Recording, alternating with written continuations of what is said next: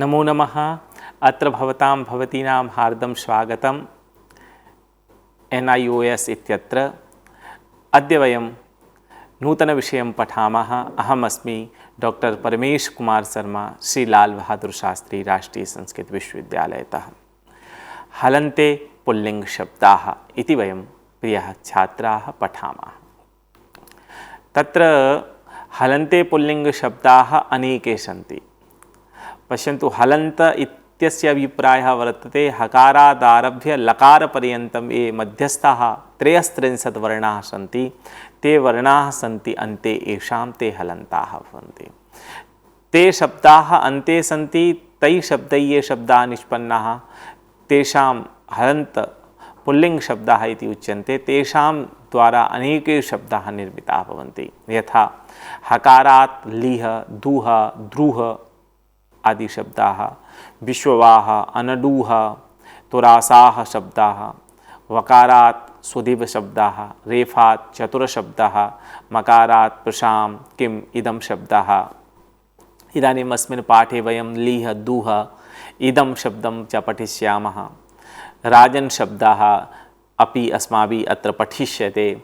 यजन शब्दाः, ब्रह्मन् शब्दाः, वृत्रहन् शब्दाः, शारङ्गिन् शब्दाः, यशस्विन् शब्दाः, अर्यमन् शब्दाः, पूषन् शब्दाः, मघवन् शब्दाः, श्वसन् शब्दाः, युवन् शब्दाः, अर्वन् शब्दाः, पथिन् शब्दाः, मथिन् शब्दाः, ऋभुक्षिन् शब्दाः, नकारान्त नान्त संख्या शब्दाः सर्वेपि अत्र पञ्चन्, दशन्, सप्तन् एतादृश शब्दाः, अष्टन्, नवन्, दशन् एतादृश ये शब्दाः वर्तन्ते। नकारान्त शब्दाः, नकारा येषां शब्दानाम् अन्ते वर्तते, तेषामपि वयं चर्चां विधास्यामः, पठिष्यामः।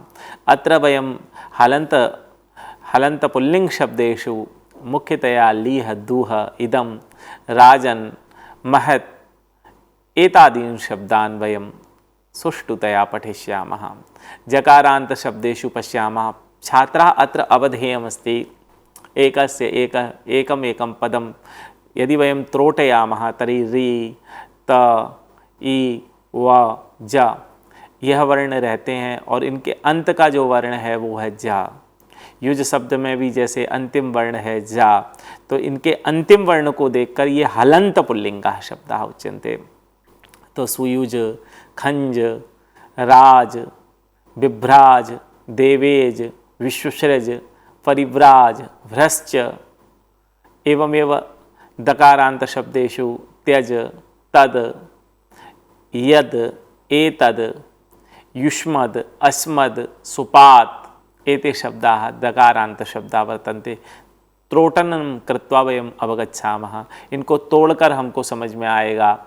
जैसे त, य, अ, द, तो अंतिम वर्ण क्या है यदि प्रश्न करेंगे तो अंतिम वर्ण है द। इसलिए इन शब्दों को, सभी शब्दों को दकारांत शब्द कहा जाता है। ऐसे ही थ, अग्निमथ, इसको भी त्रोटन करेंगे तो इसके अंत में था प्राप्त होगा, इसलिए बीच में भी हो सकता है पर अंतिम वर्ण को यहाँ पर हम लेते हैं, इसलिए इनको थकारांत शब्द कहेंगे। इस तरह पुल्लिंग में हर शब्द के से एक कुछ वर्ण सब बन सकते हैं, हर वर्ण से। जैसे कि च वर्ग से, चा से प्राच, प्रांच, प्रत्यच, प्रत्यंच, उदच, उदंच, सम्यक, सम्यंच, सध्यंच, सध्यंच, तिर्यच, तिर्यंच, कृंच, पयोमुच चकारांत शब्दः। मानी पयोमुच मतलब जो पानी को छोड़ता है। तो कौन छोड़ता है? बादल। तो इस तरह से शब्दों को हम देख सकते हैं। प्रत्यच, प्रत्यंग, सब शब्दों को यदि हम तोड़ेंगे तो यहाँ पर अंत में अक्षर मिलेगा हमको चकार। चकार मिलने के कारण इन सभी शब्दों को हम कहते हैं हलंत शब्द। और इन हलंत शब्दों में भी जिसके अंत में चकार होगा उसको कहेंगे चकारांत शब्द। ये बहुत आवश्यक है।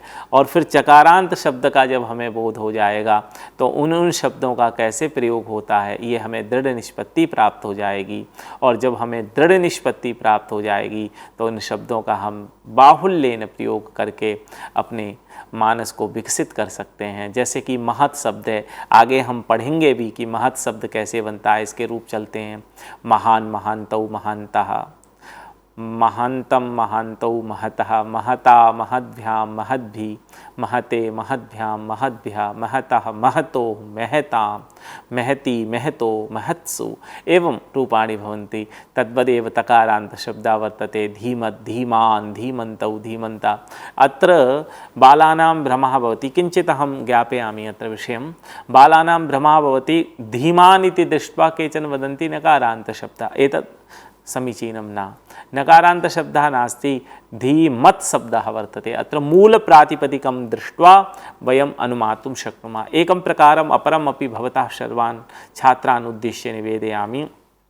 रूपाणि यानि भवन्ति तत्र प्रथमपुरुष प्रथमा विभक्तेः बहुवचनस्य रूपं दृष्ट्वा वयं ज्ञातुं शक्नुमः अत्र लिङ्गम्, अत्र अंतनिर्देशः कः वर्तते। यथा उदाहरण के रूप में समझिए, धीमत् शब्द है, बनता है प्रथमा के एकवचन में धीमान।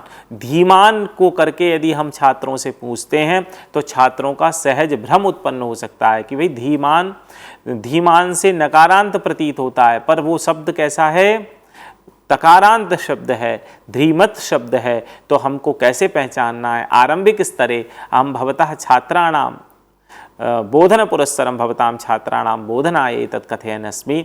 वयं तत्र दृष्ट्वा वक्तुं शक्नुमः, छात्रान् बोधयितुं शक्नुमः कि प्रथमा विभक्ति के रूप देखिए, जैसे धीमान धीमन्तौ धीमन्तः, तो अंतिम में अक्षर क्या है, धीमन्तः तः, तो तांत शब्द है। जैसे विद्वान, विद्वान शब्द है, जैसे हम देखेंगे आगे लिखा हुआ है विद्वस् शब्द, प्रातिपदिक तो विद्वस् है। अब हमने कहा विद्वान, तो बच्चा समझ नहीं पा रहा है, तो उसमें देखने के लिए क्या करना चाहिए, तो बोलते हैं विद्वान विद्वांसौ विद्वांसः, ऐसे करके रूप चला के वो रूप की प्रक्रिया को साधित कर सकते हैं।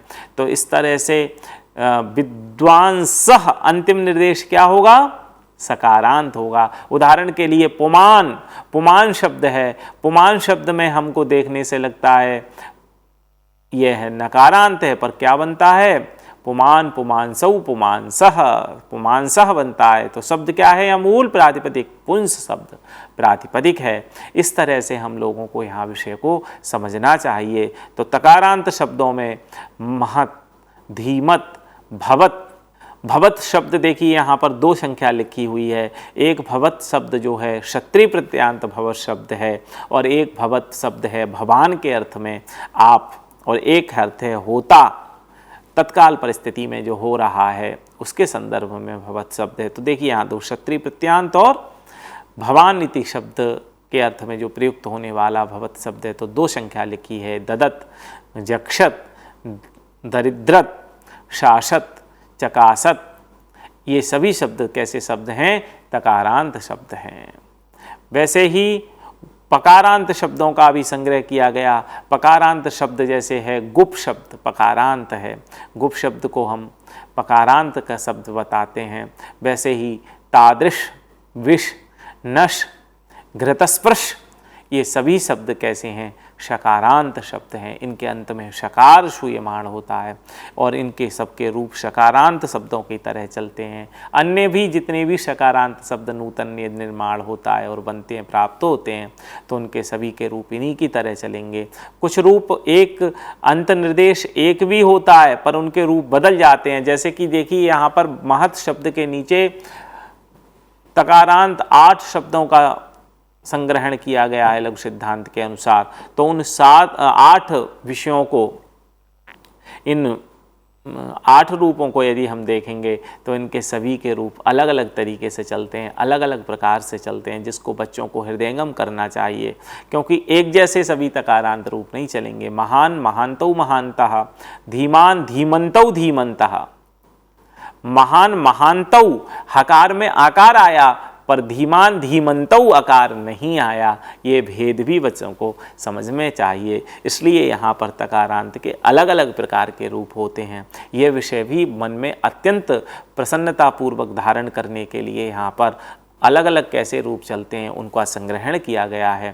तादृश, विष, नश, घृतस्पृश और शकारांत शब्दों में दधृश, रत्नमुष, शश, पिपठिश, चिकीर्ष, ये सभी शब्द शकारांत शब्द हैं। इनका सकारांत शब्दों का भी वयम, अब देखिए पिपठिश शब्द है तो इसके रूप यदि चलाएंगे तो बनेगा पिपठी, पिपठिशौ, पिपठिशः एवं रूपाणि भवन्ति। किंतु कदा वयं ज्ञातुं शक्नुमः, कथं तस्य ज्ञानं प्राप्तुं शक्नुमः, तत्तु केवलम् एकमेव साधनं वर्तते। वयं प्रथमा या बहुवचनं दृष्ट्वा ज्ञातुं शक्नुमः कथम् एतस्य अन्तर्निर्देशः वर्तते, शान्तनिर्देशः वर्तते।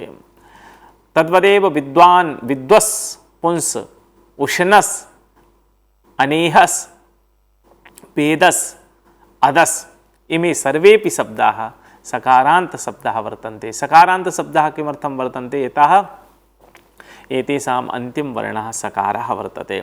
आहत्य वयम् एतेषाम् एतादृशरूपाणां ज्ञानपूर्वकम् अस्माकं पूर्णविकासं कर्तुं शक्नुमः।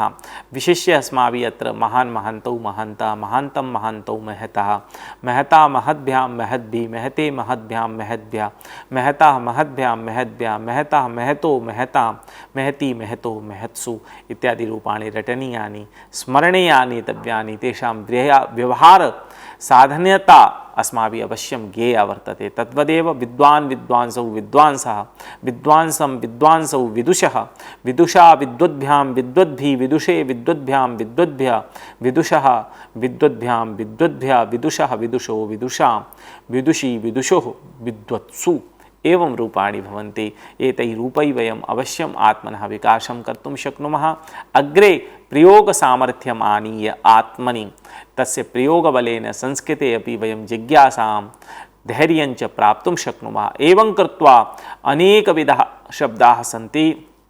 ये अजन्त नपुंसक अजन्त पुल्लिंग हलंत पुल्लिंगे समुपस्थिता वर्तन्ते। हलंत पुल्लिंग शब्दानां बाहुल्यमस्ति, तेषां महती सरणि काचित् वर्तते।